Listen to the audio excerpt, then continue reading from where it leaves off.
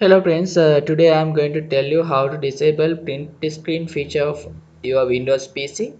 You can use the Windows button and print screen button to take a screenshot of your Windows PC.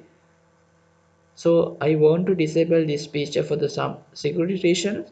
So you can click on Windows button and then you can find accessibility settings. This one you can find ease of access. Then there is display settings.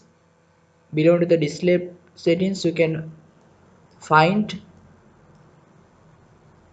show animation in Windows. Okay, turn off it. Okay, now we will try to take a screenshot. I use the Windows key and print screen button, Windows button and print screen button. Now it is not working.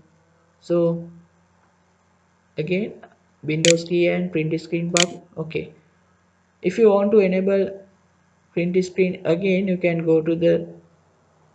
click on Windows key and then you can find display settings.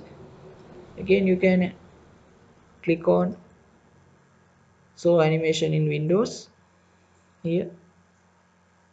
Now it is working again. We will try Windows key and print screen button. I think this will be helpful to you. So if you have any question regarding this one, please comment below. Thanks for watching. Please subscribe my channel for next video.